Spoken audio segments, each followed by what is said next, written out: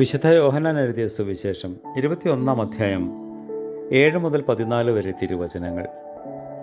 വരക്കുമോർ. യേശു സ്നേഹിച്ചിരുന്ന ആ ശിഷ്യൻ കീപ്പായോട്, ഇത് നമ്മുടെ കർത്താവാണല്ലോ എന്ന് പറഞ്ഞു. നമ്മുടെ കർത്താവാകുന്നു എന്ന് ശമോൻ കേട്ടപ്പോൾ ശമോൻ അവൻ്റെ കുപ്പായമെടുത്ത് അരയിൽ ചുറ്റി. എന്തെന്നാൽ അവൻ നഗ്നനായിരുന്നു.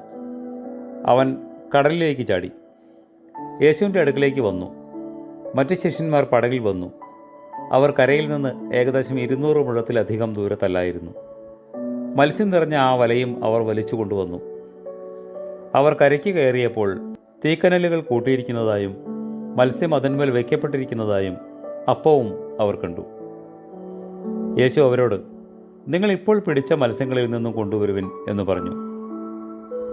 ശമോൻ കീപ്പ കയറി 153 വലിയ മത്സ്യങ്ങൾ നിറഞ്ഞ ആ വലയെ കരയിലേക്ക് വലിച്ചു കയറ്റി. ഈ ഭാരമെല്ലാം ഉണ്ടായിരുന്നിട്ടും ആ വല കീറിയില്ല. യേശു അവരോട്, വരുവിൻ, ഭക്ഷണം കഴിപ്പിനെന്ന് പറഞ്ഞു. അതാരാകുന്നുവെന്ന് ചോദിപ്പാൻ തൻ്റെ ശിഷ്യന്മാരിൽ ആരും തുനിഞ്ഞില്ല.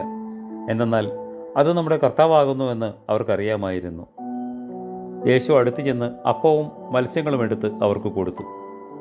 യേശു മരിച്ചവരുടെ ഇടയിൽ നിന്ന് പുനരുത്ഥാനം ചെയ്ത ശേഷം തൻ്റെ ശിഷ്യർക്ക് ഇങ്ങനെ 3-ാം പ്രാവശ്യം പ്രത്യക്ഷനായി.